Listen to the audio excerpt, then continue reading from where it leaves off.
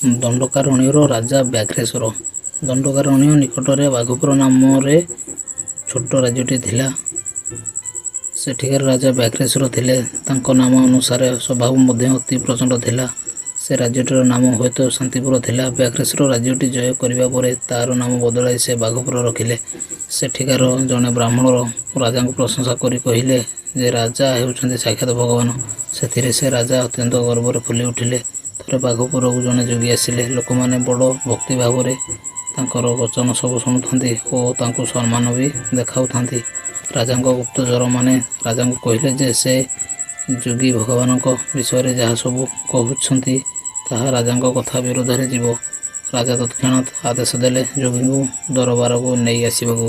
ସୈନିକମାନେ ଆଦେଶ ପାଳନ ଯୋଗୀଙ୍କୁ ଦେଖି ରାଜା ଆଖି ଲାଲ କରି ପଚାରିଲେ, ତମେ ଜାଣ କି ମୁଁ ଏଠାକାର ରାଜା? ରାଜା ସମ୍ରାଟ ମଧ୍ୟ ହୋଇପାରେ। ଆମ୍ଭ ଦରବାରର ପଣ୍ଡିତ ଚୂଡ଼ାମଣି କହିଛନ୍ତି ଯେ ଯିଏ ରାଜ୍ୟ ପାଳନ କରେ ସେ ସାକ୍ଷାତ ଭଗବାନ। ମୁଁ ଶୁଣିଲି ତୁମେ ଅନ୍ୟ କେଉଁ ଭଗବାନ ବିଷୟରେ ପ୍ରଜାମାନଙ୍କୁ କିଛି କହୁଛ। ତଦ୍ୱାରା ତୁମେ ମୋର ଘୋର ଅପମାନ କରିଛ। ମୁଁ ତୁମକୁ ଏବେ ମୃତ୍ୟୁଦଣ୍ଡ ଦେଇ ତୁମରି ପ୍ରଚାର ସମାପ୍ତ କରିଦେଉଛି। ରାଜାଙ୍କ କଥା ଶୁଣି ସେ ହସି ହସି କହିଲେ, ରାଜନ, ମୁଁ ଶୁଣିଛି ଆପଣ ଦରବାରରେ ଏହି ପଣ୍ଡିତ ଚୂଡ଼ାମଣିଙ୍କ ବ୍ୟତୀତ ଆଉ 2 ଜଣ ବିବେକବାନ ମନ୍ତ୍ରୀ ଅଛନ୍ତି। ମୁଁ ସେମାନଙ୍କୁ କିଛି ପ୍ରଶ୍ନ ପଚାରିବି, ତାପରେ ପଛେ ଆପଣ ମୋତେ ମୃତ୍ୟୁଦଣ୍ଡ ଦେଇପାରନ୍ତି। ରାଜା ତାଙ୍କ କଥା ସ୍ୱୀକାର କଲେ। ତାପରେ ଯୋଗୀରାଜ 3ଟି ତାଳପତ୍ର ଉପରେ କହି ପ୍ରଶ୍ନ ଲେଖିଲେ।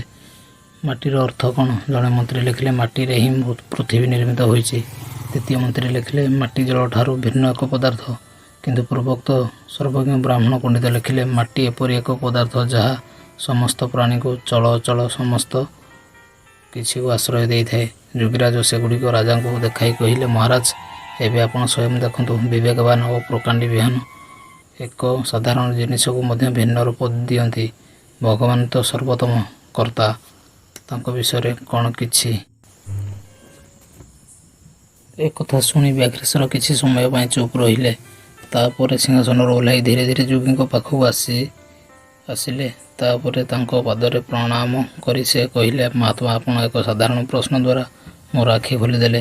ମୁଁ ଏବେ ସତ୍ୟ ଉପଲବ୍ଧି କରୁଛି। ମୋତେ ଆପଣଙ୍କ ଶିଷ୍ୟ ଭାବରେ ଗ୍ରହଣ କରି ଆଶୀର୍ବାଦ ଦିଅନ୍ତୁ। ଯୋଗୀରାଜଙ୍କର ରାଜାଙ୍କ ପ୍ରତି ସ୍ନେହ ଭାବ ଆସିଲା। ସେ ତାଙ୍କୁ ଆଲିଙ୍ଗନ କଲେ। ତାପରେ ଯୋଗୀରାଜଙ୍କ ଦ୍ୱାରା ପ୍ରଭାବିତ ହୋଇ ସେ ଜଣେ ମହାନ ରାଜା ହୋଇ ଉଠିଲେ ତଥା ଭଲ ଭାବରେ ପ୍ରଜା ପାଳନ କଲେ। ଭିଡ଼ିଓଟି ଯଦି ଭଲ ଲାଗିଥାଏ ତାହେଲେ ଲାଇକ୍, ସେୟାର, ସବସ୍କ୍ରାଇବ୍ କରିବାକୁ ଜମାରୁ ବି ଭୁଲିବେନି।